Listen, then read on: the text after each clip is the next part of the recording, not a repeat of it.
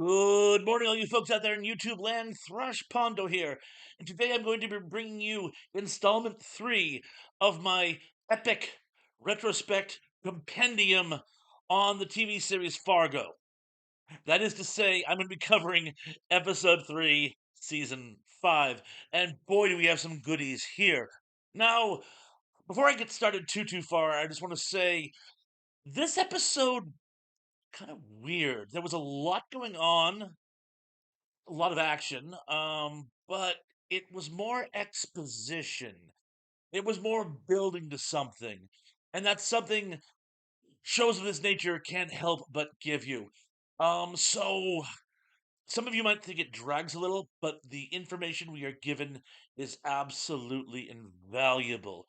Uh, One thing which I thought was amazing is they're finally giving us something a little more substantial with State Trooper Whit Farr. He was a survivor of that initial confrontation, the one who helped Dot survive, and it himself also survived and is desperately trying to figure out what the heck is going on. Most hostages don't flee the scene after they're liberated.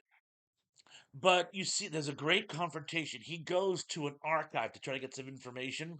And who does he bump into? But that Meshuggah Gator Tillman.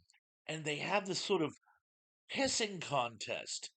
And oh, remember before what I said about how Tillman was probably a big hotshot when he was in high school, but now that he's no longer the big fish in the small pond, well, he tells a whole story about how he did something unspeakable to a kid from a rival football team who put him on crutches. Oh, and just in case you were not 100% if Gator is in fact a racist, he made desperately short that Farr knew, yeah, the kid was black. I can't wait for something to happen to Gator Tillman. Although oftentimes people like him seem to survive shows like this. That's not a speculative spoiler. I'm just spitballing here. But we see that both sides are going to keep digging for information, working against each other as always. And speaking of which, there's a really tantalizing scene in the office of Mrs. Lyon, where she, of course, has her manservant, Danish Graves, which, again, it sounds like a Nordic battlefield. The Danish Graves at the fjords, I don't know. But anyway, they're doing some cat and mouse thing with the police, because, again, the police are trying to get to the bottom. And if there's one thing Mrs. Lyons doesn't want, it's the bottom to be gotten to. And just in case we don't hate her enough, as the police, including the female officer who arrested Dot, whose name eludes me for the moment, this happens more and more as I get old. But as she leaves, she gives her this really intense speech about how the civil servants really have no place in high society, that they are quote unquote gatekeepers to keep the riffraff out of the big kids table. But apart from that, they should know their place and leave the well-to-do alone. And I gotta tell you, growing up on Cape Cod, I saw people who really feel like that firsthand.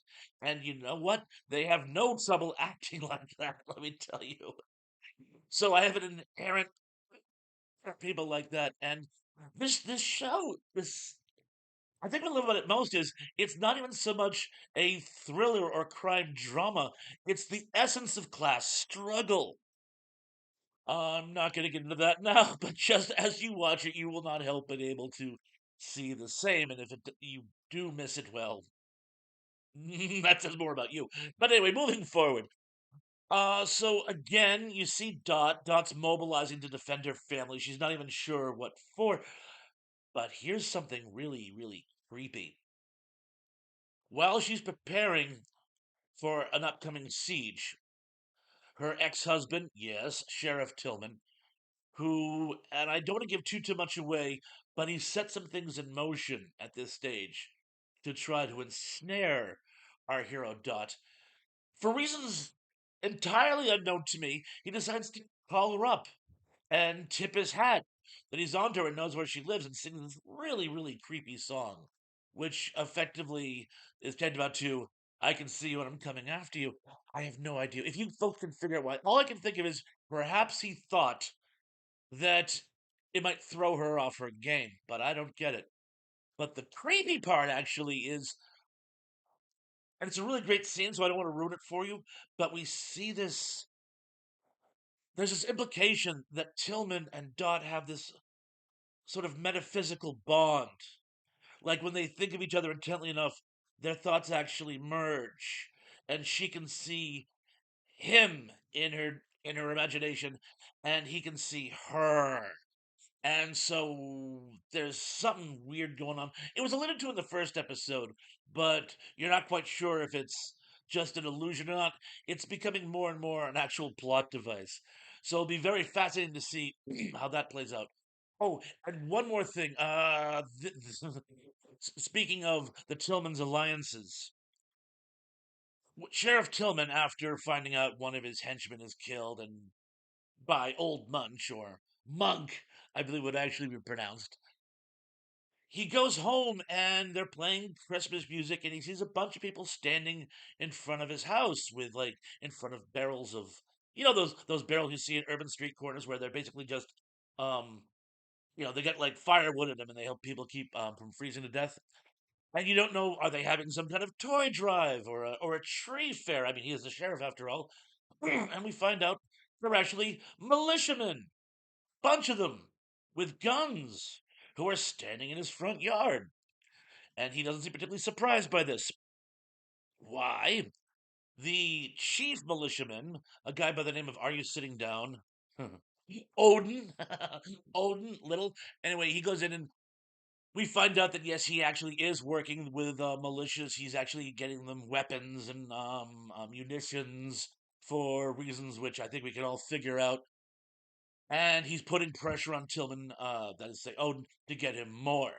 And that's why they're there. I don't know if he brought them as an entourage, or if he thought he was going to muscle Tillman, or I think he just travels with the militia. I think that's what they do.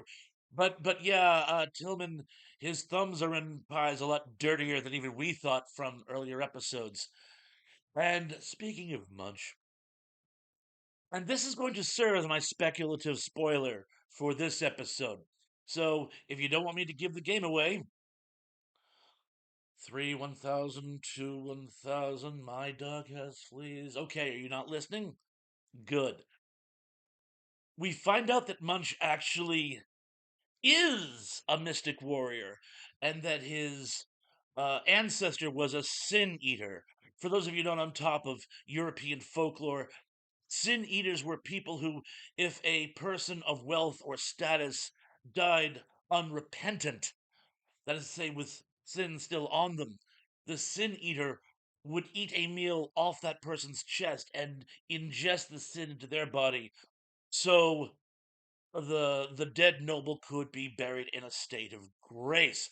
Something tells me this was come up with by people who were hungry and wanted some of that high classy food that the nobles always seem to get their hands on. There's a wonderful depiction of this actually in a Night Gallery episode called the Sin Eater with Richard Thomas.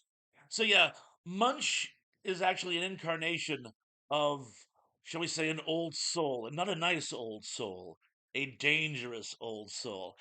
And there's a scene where he sort of psychs himself up in almost berserker warrior fashion to go on a sort of a spree, shall we say. We're not sure who he's going after. It's a pretty good idea. It's Stillman, but he does the whole thing with a blood sacrifice and again, so we have Tillman has two sides of the coin. He's got his friends in the militia on one side. Now, of course, as you know, Odin, most of these militia folks kind of see themselves as the natural extension of old, shall we say, Nordic civilization and their mystic warriors.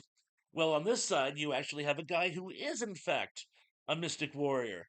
And sometimes when you put two things like that together, it does not go well. The only thing I can think of off the top of my head to compare it to is another thing I learned from Night Gallery. The episode "The Devil Is Not Mocked." I just this weird feeling that we might see old Monk going head to head with that militia, and it's going to be a wild ride, I can tell you. But anyway, that's just speculation at this point. Although it'd be really cool if it does. Anyway, that's all I got for you guys today. Be good, be safe, be careful. And again, folks, you know the deal. Please hit that like. Please hit that subscribe as opposed to Uber scribe. But scribe however you'd like to scribe. Forward, share, all that sort of rot. And please, please, please keep watching Fargo. If you haven't, start. If you started, continue. And again, as always, peace.